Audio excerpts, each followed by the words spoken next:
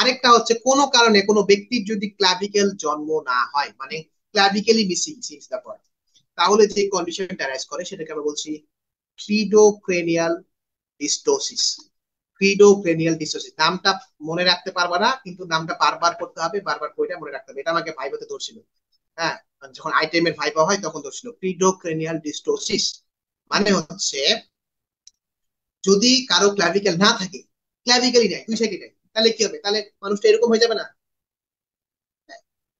both the shoulder joints will be approximated with each other, মানে এই shoulder জয়েন্টটা একদম কাছাকাছি চলে আসলো। এই কন্ডিশনটাকে আমরা বলছি পিডোক্রেনিয়াল ডিস্টোসিস। কনজেনিটালি ক্লাভিকলটা মিসিং, এবং তখন বা অথবা ইমপ্রপারলি যদি ডেভেলপ হয়। দেখো এই যে এই পিকচারটা দেখো, এই পিকচারটা দেখো, শোল্ডারটা যেরকম অ্যাপ্রক্সিমেটেড হয়েছে, এটাকে আমরা বলছি পিডোক্রেনিয়াল ডিস্টোসিস।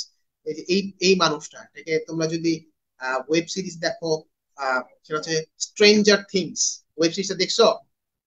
স্ট্রেঞ্জার থিংস ওয়েব সিরিজটা দেখছো?